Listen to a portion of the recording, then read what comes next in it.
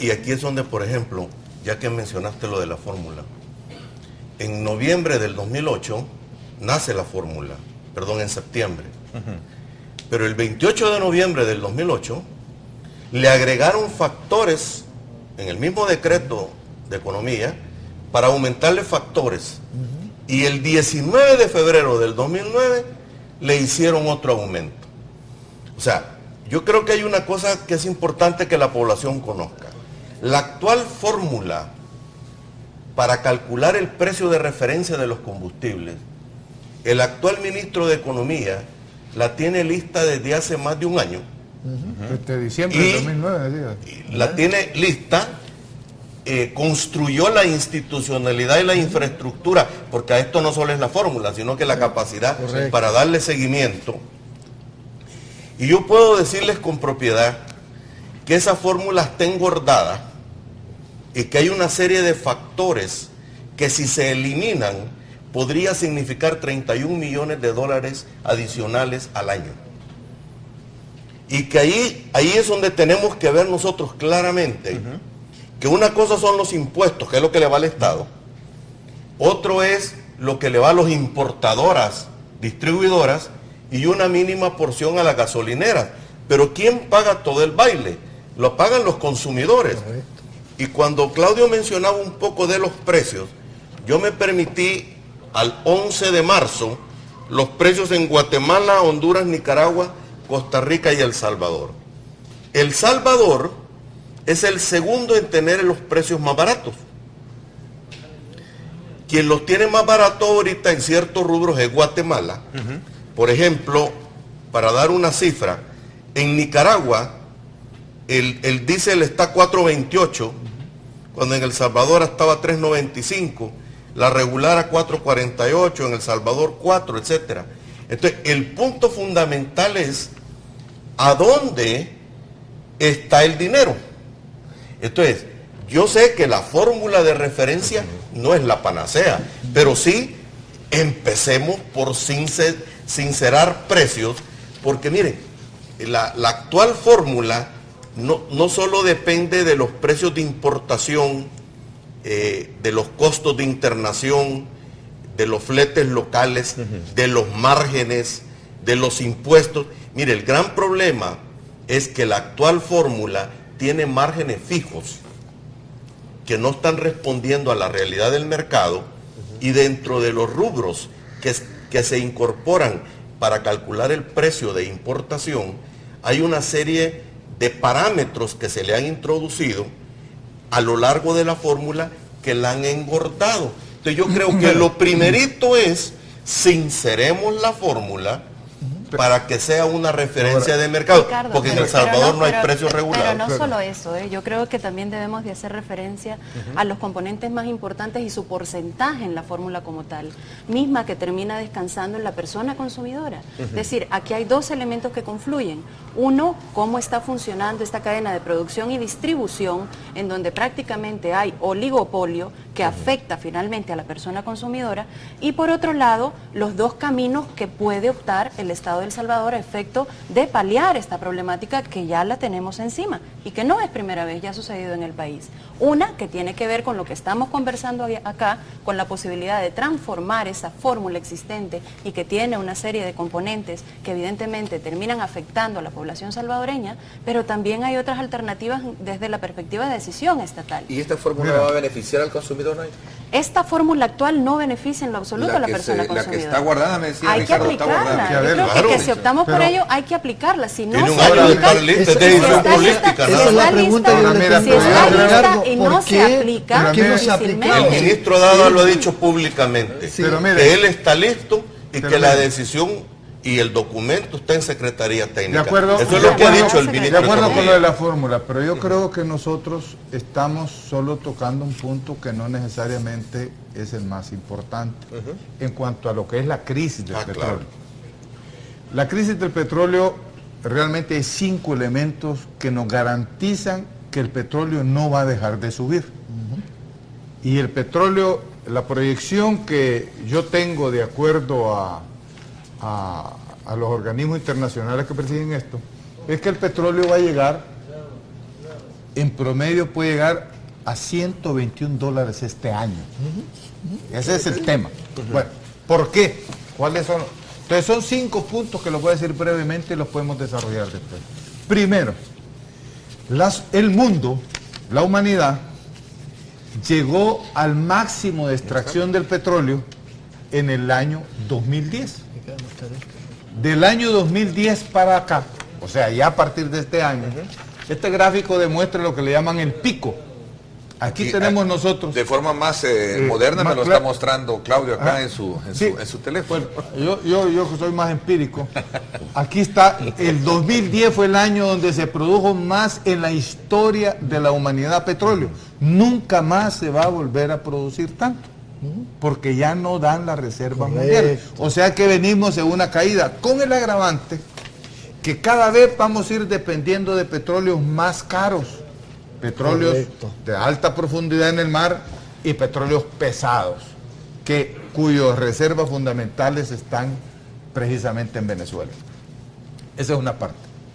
La segunda parte es que las reservas que dicen que existen en la capacidad de extracción, por ejemplo, Arabia Saudita dice que tiene capacidad de producir 14 millones de barriles diarios, pero no están realmente demostradas.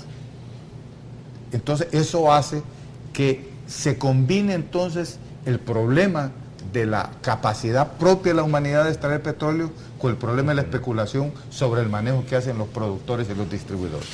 El tercer punto es que la demanda de la economía mundial no deja de subir, porque hay una correlación directa, entre más crece la economía, más petróleo se consume. Mira y ahí vienen medidas ya también de carácter coyuntural.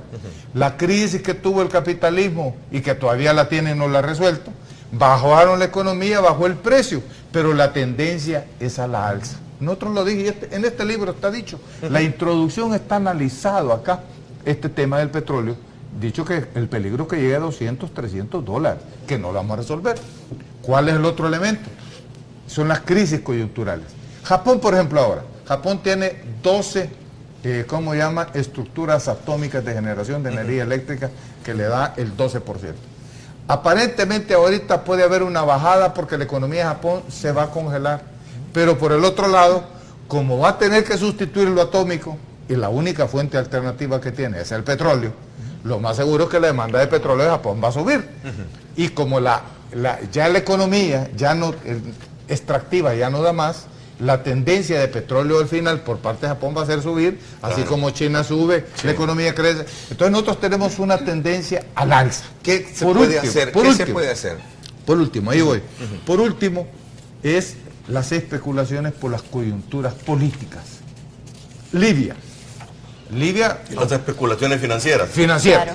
¿Por qué? Libia produce el 2% del mundo.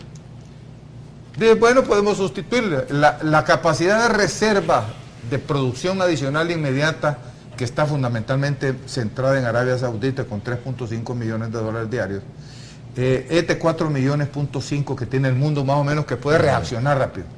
Libia produce 1.8.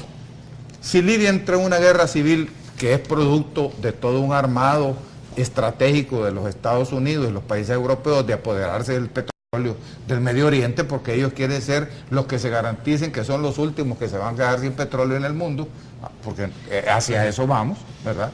Entonces, eso significa que las expectativas de reacción se disminuyen las reservas estratégicas de reacción a 2.5 millones, y ahí la especulación empieza a crecer. Entonces, el factor especulativo nos da garantía con los otros elementos estructurales de que el precio va para arriba. ¿Qué puede hacer El Salvador? No solo eso, yo diría que antes de la respuesta terminemos el análisis, y es que vamos a llegar, ya estamos en este momento sobrepasando y tratando de llegar a niveles que no solo hay que ver el petróleo, sino que hay que ver los productos limpios.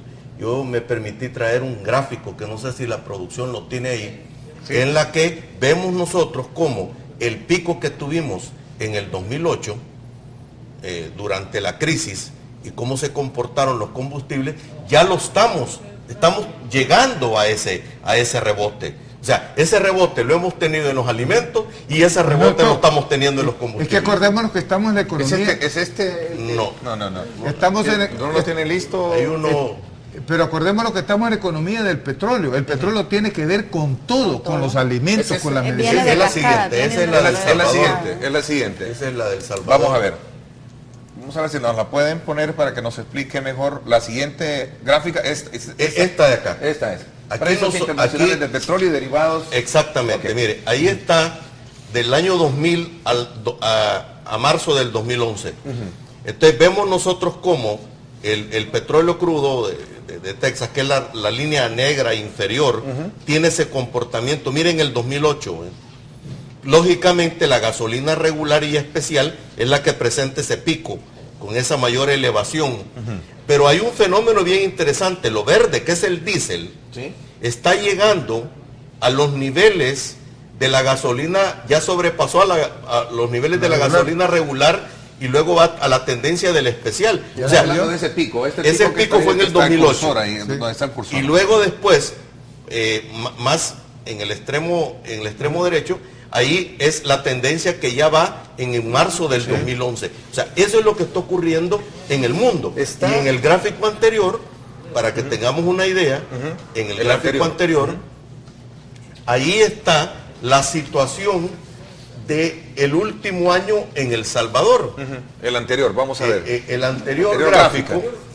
Ahí ese, está. mire, ahí podemos ver nosotros cómo la línea roja es la gasolina especial, la verde, la regular y luego el diésel, y observamos que ya llegando en febrero del 2011, ya el diésel está llegando a los niveles de la gasolina regular, y en un año la gasolina especial ha crecido el 27.12%, la regular el 27.48% y el diésel está llegando a niveles del 34% este es producto de los ¿Y qué precios hacemos? internos en las gasolineras. Entonces, ¿qué hacemos? ¿Nos quedamos con la fórmula o hay cosas adicionales que hacer? No, Y ese hay es mi cosas planteamiento. adicionales. A mí me Yo gustaría- quisiera plantear antes- cuál es el antes que punto entre- central. Pero antes, doctor, que Ay. entremos tal vez a las propuestas, a mí me gustaría también dejar claro el panorama de cómo recibe la persona consumidora este impacto. Es decir, Correcto. estamos hablando de que en El Salvador, solo durante el año 2010, la evolución del costo de la canasta básica alimentaria urbana Claro. aumentó en 18.90.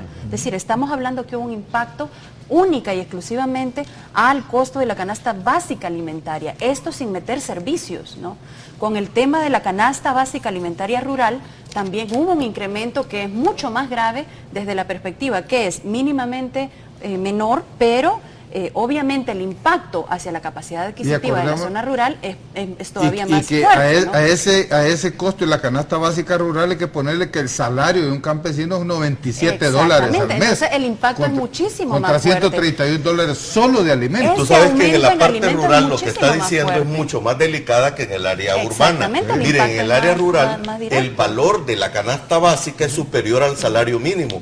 Y usted sabe que con el salario mínimo el campesino solo compra el 74% de la canasta básica alimentaria. Bueno, o sea, ni siquiera llega al 100% Pero del valor de la canasta. Agregarle aquí en la ciudad. En la ciudad todavía el salario es arriba. En la Sí, pero maqui- aún no, así sí, hay un en impacto la leche de muchísimo 25 en la dólares. industria, en la por ejemplo, maquila no, ¿no? la maquila la mujer gana, que básicamente son Exactamente. 174 dólares y la canasta básica cuesta más de $180. O sea que ya en lo rural, en lo urbano, que es más grave, porque si la canasta básica cuesta eso, la mujer que trabaja en las maquilas tiene que pagar transporte, tiene que pagar energía eléctrica, tiene más problemas de comunicación. Entonces hay un problema gravísimo que es un tema que nadie toca, que en este país ya deberíamos de estar hablando de una política del salario. ¿Está Frente- preparado solo- el país? sí. ¿Qué se está haciendo desde la perspectiva Ahora, del veamos lo del ejercicio del petróleo. Ministerio de Economía? ¿Deberían las autoridades asumir los costos y dejar un techo temporal al precio? ¿Qué papel están jugando los actores del mercado? Alfa Petróleo, yo lo puse de ejemplo. Sí. quiero hablar precisamente de una medida estratégica. Para mí es imperiosa, fíjate, imperiosa la necesidad que este gobierno se deje de problemas ideológicos con Venezuela y entre a negociar, a entrar a Petrocaribe. Y ¿Estás te de voy a decir acuerdo por tú qué. en esto, Te voy a decir por qué. Claudio? quisiera dar el argumento para que después cada uno...